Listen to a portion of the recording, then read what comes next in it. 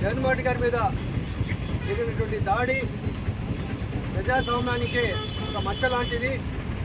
ప్రజాస్వామ్యంలో హింసకి తావే లేదు. ఈరోజు ప్రజాసేవకుడైనటువంటి సంక్షేమ సాధనైనటువంటి మా ప్రీతమ నేత జగన్మోహన్ రెడ్డి మీద జరిగినటువంటి దాడి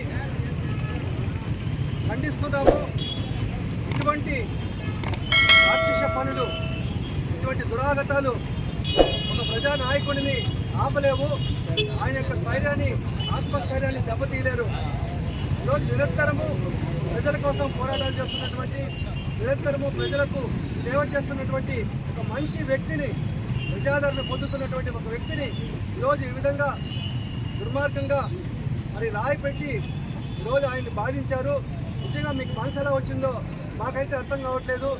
అన్న చిరునవ్వు చూస్తే శత్రువు కూడా మారిపోతాడని చెప్పి మేము అనుకుంటున్నాం. కానీ మీలో ఉన్నటువంటి రాక్షసులు, మీలో ఉన్నటువంటి ఈరోజు ఈ పార్టీ, తెలుగుదేశం పార్టీకి సంబంధించినటువంటి ఏ కార్యకర్తలు మరి ఎవరు చేస్తారో తెలియదు. కానీ ఇటువంటి కార్యక్రమాన్ని మీరు చేస్తే ప్రజలు ఖచ్చితంగా మిమ్మల్ని చీకొడతారు.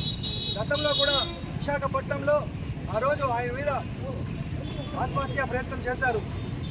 మరి దేవుడు మా వైపు ఉన్నాడు కాబట్టి రోజు వాటన్నింటినీ కూడా జగన్మోహన్ రెడ్డి గారు తట్టుకొని నిలబడ్డారు.